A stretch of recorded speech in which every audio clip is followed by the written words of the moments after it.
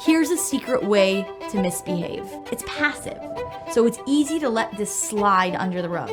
Students who just don't turn in work. Make sure students know that you're on top of things and you're gonna notice if work isn't done. For those students who are chronic offenders, just inform them that you're gonna email the work home to their parents for homework. Some great ways to help students with social and executive functioning issues, which could turn into misbehavior if they don't know how to deal with it, is to practice self-regulation and routines. The class should practice getting quiet when you play musical instruments, such as a chime. If multiple students are misbehaving and you're feeling outnumbered, just stop.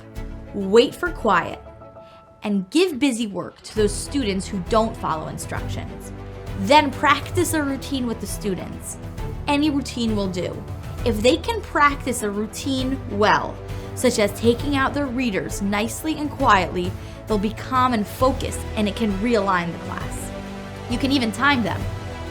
A great way to refocus. Routines you want to consider include how to enter and exit the room properly, transitions, homework, distribution of papers or worksheets, bathroom and hall pass routines, putting the materials, schedule, and homework announcement up on the board in the same place every day, assigning areas for completed homework, classwork. There are two kinds of students who could be constantly annoying, and there's a relatively easy fix for that. For students who just can't stop talking, they can be granted 1 or 2 interrupt passes per day. If they interrupt, they have to give in that pass. And any passes they don't use can be saved up, and you're going to want to coordinate a reward with the parents. Here's the thing. Have the parents give the reward that they feel is appropriate. Besides for saving you time, money, and effort, it's just healthier for everyone if the parents are involved in their child's behavior. If the student runs out of interrupt passes, the students either get busy work, the students go into observation mode, as Michael Linson of Smart Classroom Management calls it. The student cannot be involved in any of the discussion but must be a passive observer. If the student persists, you can begin with the individual warnings and consequences, which we're going to discuss shortly. For students who are super jumpy, present with difficulty paying attention, or easily get overwhelmed, you might want to give them a break pass.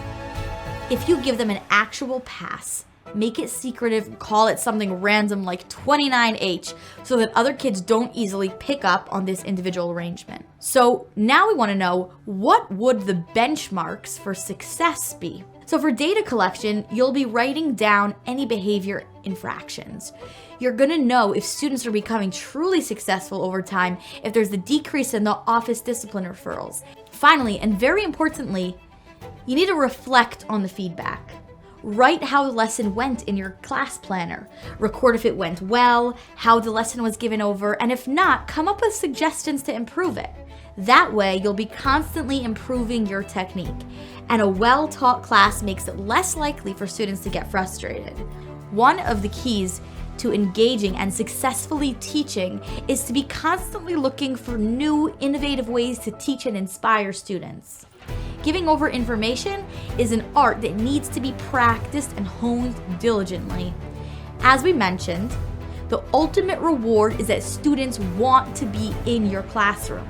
So by giving them prizes for exhibiting expected behaviors and doing their work appropriately, the actual enjoyment of learning in a well-run classroom is dampened.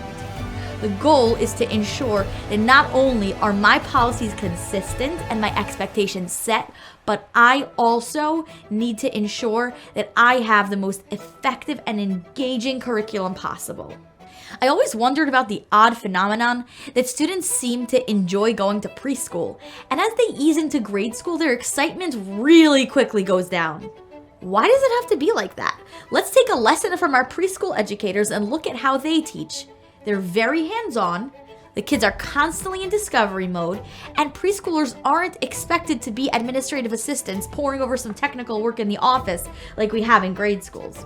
Write up a positive behavior note for your students that matches the style of the discipline note.